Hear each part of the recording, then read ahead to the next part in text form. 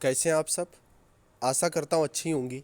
तो finally Maharashtra GDS का जो साइकिल 3 का नोटिफिकेशन है वो रिलीज हो चुका है। काफ़ी समय से आप लोगों को इस वैकेंसी का इंतज़ार था, तो उसका डिटेल नोटिफिकेशन यहाँ पर मैं आपको बताने वाला हूँ। इसके अलावा अगर आपको इसकी पीडीएफ चाहिए तो मैं लास्ट में बताऊँगा कि इसकी पीडीएफ आपको कहाँ से मिलेगी। तो जैसा कि आप सब देख पा रहे हो, साइकिल 3 महाराष्ट्र सर्कल की जो वैकेंसीज रिलीज हुई हैं, तो इसमें जो वैकेंसीज हैं वो ग्रामीण डाक सेवक की हैं। इसमें अगर आप जॉब प्रोफाइल की बात करोगे तो इसमें 3 तरह की वैकेंसी होती हैं। इसमें पहला जो हेड होता है ब्रांच पोस्ट मास्टर, जिसे आप बीपीएम बोलते हो।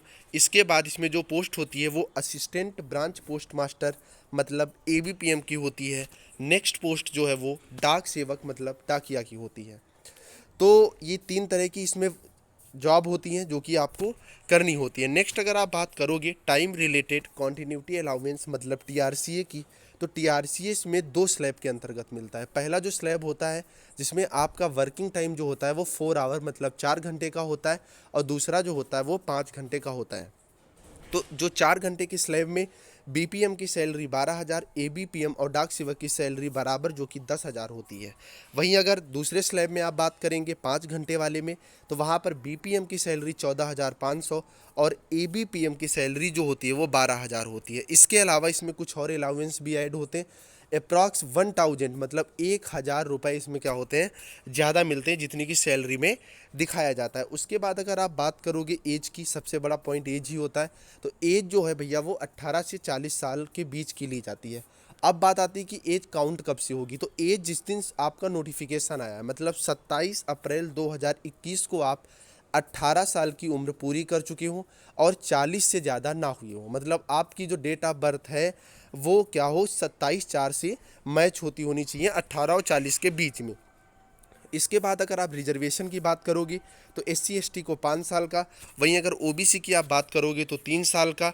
ईडब्ल्यूएस को कोई भी एज रिलैक्सेशन नहीं है, और पीडब्ल्यूडी कैटेगरी से अगर आप बिलोंग करते हो तो अलग अलग क्राइटेरिया में 10, 13 और 15 साल का एज रिलैक्सेशन यहाँ पर मिलता है। इसके अलावा आप देखेंगे अगर तो there will be no relaxation in upper age limit to EWS candidate, मतलब अगर आप इकोनॉमिकल वीक सेक्शन से आते हैं, ठीक है, तो यहाँ पर आपको एज में कोई भी छूट नहीं मिलने वाली। बस इतना है कि आपकी 10% जो सीट है वो रिजर्व हो जाएंगी, वहाँ पर केवल ईडब्ल्यूएस वाले ही फाइट करेंगे। इसके अलावा अगर आप बात करोगे एजुकेशनल क्वालिफिकेशन की, तो एजुकेशनल क्वालिफिकेशन में आप 10th पास होने चाहिए, ठीक है। उसमें भी मैथमेटिक्स, लोकल लैंग्वेज और इंग्लिश, ठीक है, ये 3 कंपलसरी सब्जेक्ट हैं। लोकल लैंग्वेज कौन सी है अभी मैं आगे आपको दिखा रहा हूँ कि लोकल लैंग्वेज कौन सी है। और जो आप पास होने चाहिए वो चाहे आपका जो कॉलेज है वो गवर्नमेंट ऑफ इंडिया से हो, स्टेट गवर्नमेंट से हो या यूनियन टेरिटरी से हो, लेकिन ऑफिशियल मतलब सर्टिफाइड कॉलेज या यूनिवर्सिटी होनी चाहिए। नेक्स्ट अगर आप बात करोगे compulsory knowledge of local language, तो compulsory knowledge of local language में हम लोग बात कर रहे हैं महाराष्ट्र की। तो महाराष्ट्र में मराठी आना कंपलसरी है। अगर भैया आपको मराठी नहीं आती है तो आप फॉर्म अप्लाई मत करिएगा, क्योंकि आपका फॉर्म जो होगा वो रिजेक्ट कर दिया जाएगा। बिहार जीडीएस की भी वैकेंसीज रिलीज हो चुकी हैं, जहां पर लोकल जो लैंग्वेज है वहाँ वो हिंदी मांगी गई है। तो आप अगर अदर स्टेट से हैं और यहाँ पर फॉर्म अप्लाई करना चाहते हैं तो आप बिहार से कर सकते हो, जिसका नोटिफिकेशन मैंने ऊपर आई बटन पर और नीचे डिस्क्रिप्शन में दे दिया है, आप जा करके देख सकते हो। इसके अलावा बेसिक कंप्यूटर ट्रेनिंग सर्टिफिकेट होना चाहिए। जो कोर्स आपका होना चाहिए वो भैया कम से कम 60 दिनों का होना चाहिए, मतलब जो कंप्यूटर नॉलेज आपका मांगा जा रहा है वो 60 दिनों का मांगा जा रहा है। अब सबसे बड़ा जो मुद्दा आता है वो यहाँ पर मैं क्लियर करता हूँ कि जो आपका सर्टिफिकेट है या तो वो सेंट्रल गवर्नमेंट मतलब केंद्र सरकार के द्वारा बनाया गया हो, या स्टेट गवर्नमेंट राज्य सरकार के अंतर्गत भी अगर आपने कर रखा है तो भी ठीक है।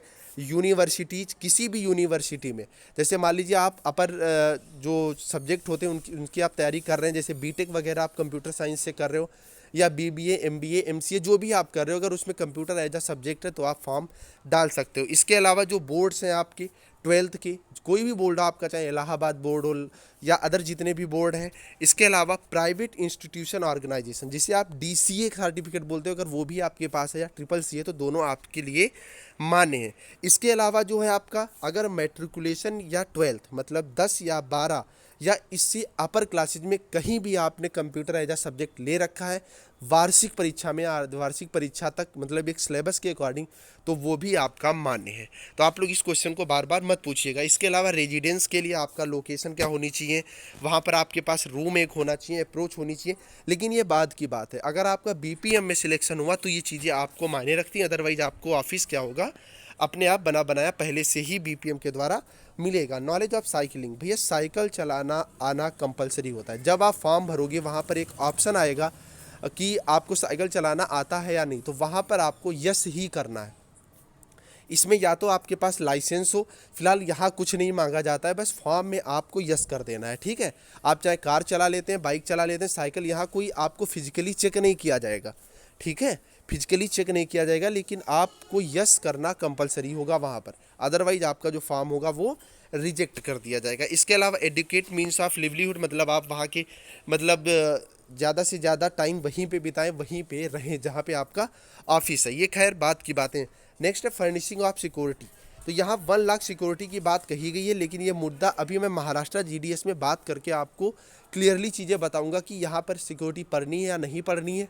पहले सिक्योरिटी 25,000 थी, बहुत जगह, क्योंकि मेरा जो चैनल है जीडीएस का ही इस पे ज़्यादा से ज़्यादा वर्क होता है, तो हर जगह से कांटेक्ट है। तो मैंने जो बात करी, जैसे यूपी वगैरह में कुछ ऐसा नहीं था, वहीं अगर आप बात करोगे अदर भी जहाँ पे रिजल्ट आपके आए हैं, तो वहाँ बहुत ज़्यादा जगह ऐसा हुआ कि कोई भी सिक्योरिटी आपकी फर्निश मतलब जमा नहीं करवाई जा रही थी। लेकिन यहाँ मैं बात करके आपको बताऊँगा, तब तक आप चैनल सब्सक्राइब कर लें और हमसे जुड़े रहें, जिससे चीज़ें मैं टाइम टाइम पर आपको बता सकूं। नेक्स्ट सबसे बड़ी बात हम लोग करेंगे कि जो सिलेक्शन है वो कैसे होना है। तो आप अगर सिलेक्शन क्राइटेरिया की बात करोगी, तो selection will be made as per the automatic generated merit list as per the rules based on the candidate online submitted application. मतलब ऑटोमेटेड जनरेटेड मेरिट लिस्ट बनेगी कि यहाँ कोई भी एग्जाम नहीं होना है भैया, नो एग्जाम वैकेंसी है। इसमें होना क्या है, तो आपका इसमें सीधे आपकी मेरिट बन जाएगी। जैसे जिस पोस्ट पे मान लीजिए 20 लोगों ने फॉर्म डाला, तो जिसके सबसे ज़्यादा मार्क्स होंगे, वो भी 10th के, आपका हायर आपने 12th में आपका क्या है, आपका ग्रेजुएशन में क्या है, ये मैटर नहीं करता, आपका 10th में क्या है ये मैटर करता है। 10th के मार्क्स के आधार पर ही आपको क्या होगा, जो आपकी मेरिट है वो बनेगी। और एक बहुत बड़ा भैया मुद्दा आता है कि सर नंबर कैसे भरें। तो अगर मार्क्स और ग्रेड दोनों है तो आप मार्क्स भरिए, या ग्रेड या पॉइंट, दो चीज़ें हैं आपके पास, तो उसको 9.5 के मल्टीपल में करके आप उसे क्या कर दें, फिल कर दें। जैसे मान लीजिए आपके 8 पॉइंट है, तो आपको 8 इंटू 9.5 मतलब ये जितना बनेगा उतना आपको मार्क्स में फिल करना है। इसके अलावा रिजर्वेशन तो आप सबको पता ही यार, होता ही है हर जगह। और जो मेन आपके सर्टिफिकेट हैं, जैसे 10th की मार्कशीट है, आधार कार्ड हुआ, सिग्नेचर, फोटो, ये सारे के सारे आपके पास होने कंपलसरी हैं। इसके जो फॉर्म भरे जाने शुरू हैं वो 27/4 मतलब कल से शुरू हो चुके हैं, और जो इंड डेट है वो 26/5 है। यही डेट बिहार जीडीएस की, मैं फिर से कह रहा हूँ, आप लोग बिहार जीडीएस का नोटिफिकेशन एक बार जरूर देख लें। ऊपर आई बटन पर और नीचे डिस्क्रिप्शन में मैंने दे दिया है, क्योंकि बिहार जीडीएस जो लोग यहाँ पे फॉर्म नहीं अप्लाई कर पाएंगे मराठी की वजह से, वो लोग बिहार में आसानी से कर सकते हैं, क्योंकि वहाँ पर हिंदी एज आ सब्जेक्ट है। और जो ऑनलाइन सबमिशन स्टार्ट डेट है वो 27 अप्रैल है, और जो इंड है वो 26 मई है। बाकी क्या क्या है आप सब ये देख ही पा रहे हो कि कौन सी पोस्ट है, आपको कहाँ से डालना है, इसका डेडिकेटेड वीडियो मैं आपको दे दूंगा फिलहाल। और इसकी अगर आपको पीडीएफ चाहिए, ठीक है भैया, अगर इसकी आपको पीडीएफ चाहिए तो नीचे डिस्क्रिप्शन में टेलीग्राम और व्हाट्सएप ग्रुप का लिंक है, उसे आप ज्वाइन कर लें, वहाँ पर पीडीएफ आपको मिल जाएगी। और यार चैनल पे नया है तो चैनल को सब्सक्राइब कर दें और वीडियो को लाइक ही करके जाइएगा, क्योंकि तभी चीज़ें आपकी अच्छे से क्लियर हो पाएंगी। बाय बाय, मिलते हैं फिलहाल नेक्स्ट वीडियो में। और अगर कोई क्वेरी है तो आप नीचे डिस्क्रिप्शन कमेंट कर दें, वहाँ मैं जवाब देने की पूरी कोशिश करूँगा। Bye bye guys.